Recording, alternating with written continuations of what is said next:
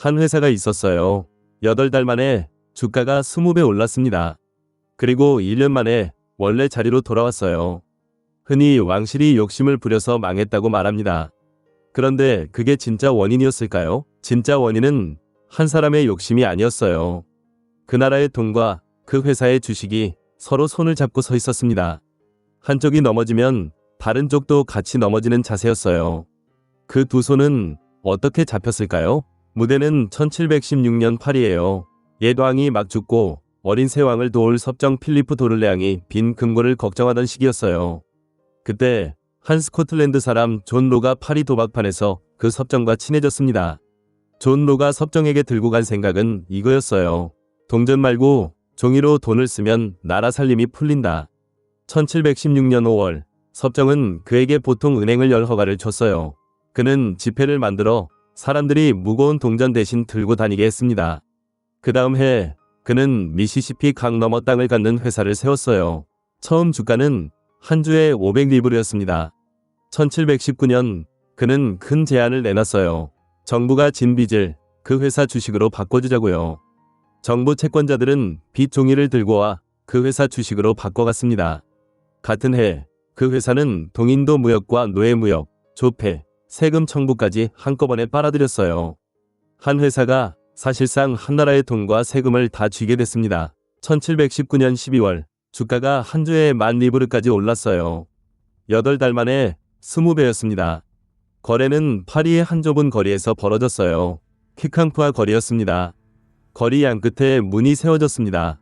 왕이 경비 15명을 그 거리에 상주시켰어요. 마차가 군중에 막혀 못 움직였어요. 귀족이 하인 옷으로 갈아입고 거리에 들어왔습니다. 등이 굽은 한 사람은 자기 등을 책상으로 빌려주고 돈을 받았어요. 1720년 1월 그 스코틀랜드 사람은 그 나라의 재무총감 자리에 올랐습니다.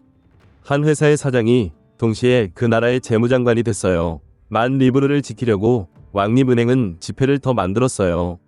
1720년 3월부터 5월까지 단석 달 동안 약 15억 리브르가 새로 풀렸습니다. 그 사이 정부는 개인이 금이나 은을 500리브르 넘게 갖는 걸 금지했어요.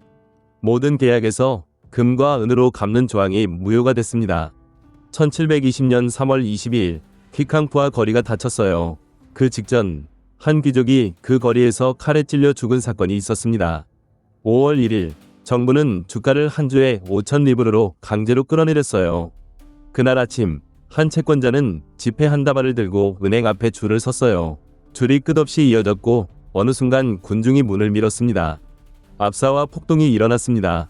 경비가 발포까지 했어요. 9월 주가는 2,000리브르로 떨어졌어요. 12월 주가는 1,000리브르였습니다. 한 경제사학자가 그때 발행된 지폐 잔액을 한 달 다시 세봤어요. 1720년 1월에 약 5억 리브르였습니다. 같은 해 11월에는 약 21억 리브르였어요. 한 해 동안 지폐가 4배로 불어났습니다. 같은 시기 그 회사 주식을 떠받치는 데 쓴 지폐가 누적 20억 리브르를 넘었어요. 즉 돈이 주식을 사고 그 주식값을 다시 돈으로 떠받쳤습니다. 1720년 파리의 한 사람은 지폐 다발을 들고 은행 앞에서 동전으로 바꿔달라고 외쳤어요. 2026년 한 큰 나라의 사람은 중앙은행이 채권과 주식을 사는 화면을 매일 봅니다. 한 나라가 돈과 자산을 한 시스템 안에 묶으면 그 시스템이 흔들릴 때 양쪽이 같이 흔들려요. 1720년 12월 14일 밤 그 스코틀랜드 사람은 파리를 마차로 빠져나갔어요. 8일 뒤 그는 브뤼셀에 도착했습니다. 1721년 1월 26일 그 시스템은 공식으로 청산됐어요. 정부는 회계 심사를 열어 누가 얼마를 가졌는지 다시 따져봤습니다. 심사가 끝났을 때 그 나라의 부채는 시스템 시작 전과 거의 같은 자리였어요. 디폴트는 없었습니다. 단지 한 정책이 1년 만에 무너졌을 뿐이었어요. 그리고 같은 해 영국 런던에서도 또 다른 회사 주가가 흔들리기 시작했습니다.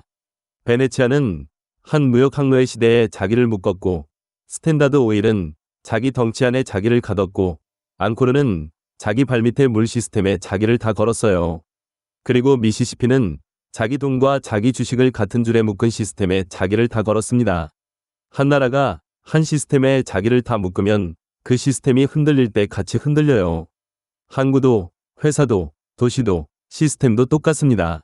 그 자리에서 무엇이 풀려나오는지 그게 다음 시대의 모습이 되었어요. 흥망의 공식, 다음 편에서 다시 만나요.